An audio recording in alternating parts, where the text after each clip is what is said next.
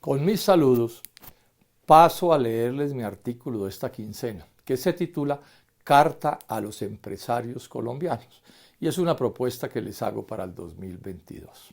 Dice así: con esta los invito a construir un gran acuerdo económico, social y político que represente los intereses de los empresarios y de los sectores populares y las clases medias. A partir de reconocer que Colombia opera muy por debajo de su potencialidad y que necesita, dentro de la legalidad y la economía de mercado, cambios de importancia.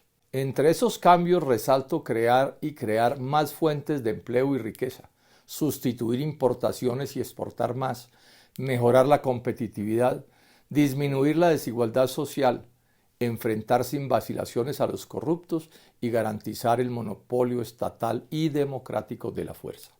Realizar además reformas democráticas en educación, salud y ambiente y reducir el maltrato a las mujeres y demás sectores discriminados. Y hacer realidad este acuerdo con gran amplitud política y debate civilizado para poder unir a la nación en pos de su progreso en respuesta a las siguientes consideraciones. Quien haya seguido la política y la economía colombianas habrá oído y leído bastante sobre el supuesto gran respaldo de todos los gobiernos a las empresas y empresarios.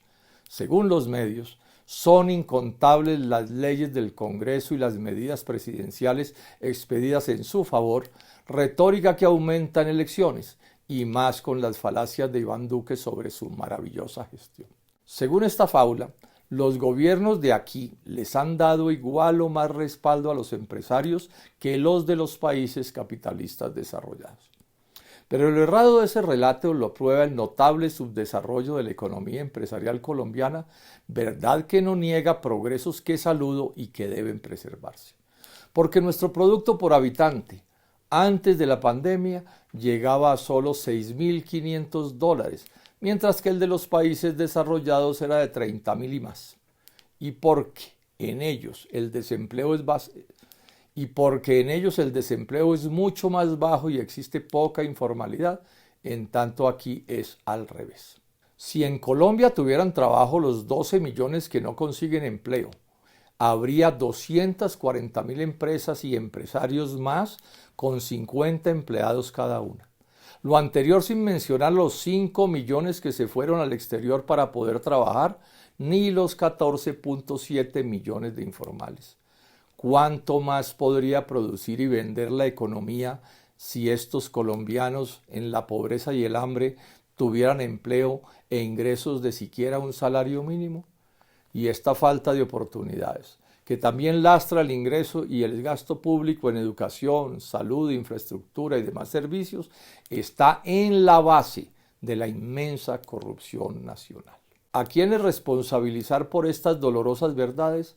Solo hay dos posibilidades: creerles a quienes desde el poder, y así sea en forma solapada, con énfasis a partir del gobierno de César Gaviria, les echan la culpa a los empresarios, a quienes indican de no responder a las muy acertadas medidas de presidentes y ministros y de la tecnocracia extranjera y nativa que les tira la línea, infamia de tono racista que le extienden a asalariados, campesinos, indígenas y trabajadores por cuenta propia. El otro punto de vista, planteado muchos años antes de 1990, ha demostrado que los gobiernos nunca han respaldado en serio el desarrollo del país porque no se han propuesto industrializar la producción urbana y rural, generar muchos y buenos empleos y aumentar la capacidad de compra nacional, que es lo que han hecho los países exitosos, incluidos Corea y China, que en 1950 eran más atrasados que Colombia. La responsabilidad política de esta gran mediocridad económica y social, irrefutable por las cuentas macroeconómicas y los inmensos reclamos sociales, en especial de los jóvenes, la tienen los mismos con las mismas que han gobernado a Colombia y que se niegan a cambiar sus concepciones. Porque como a la clase política le va muy bien, y muy bien, publicitan la especie de que al país le va igual.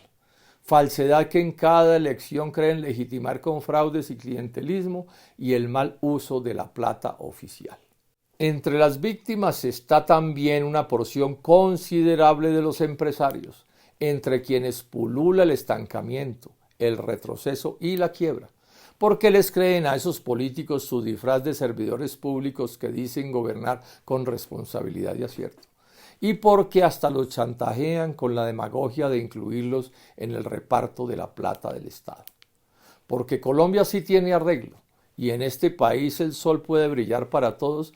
Bienvenidos los empresarios y los asalariados, al igual que toda la nación, a construir este proyecto democrático. Bogotá, 30 de julio de 2021. Muchas gracias.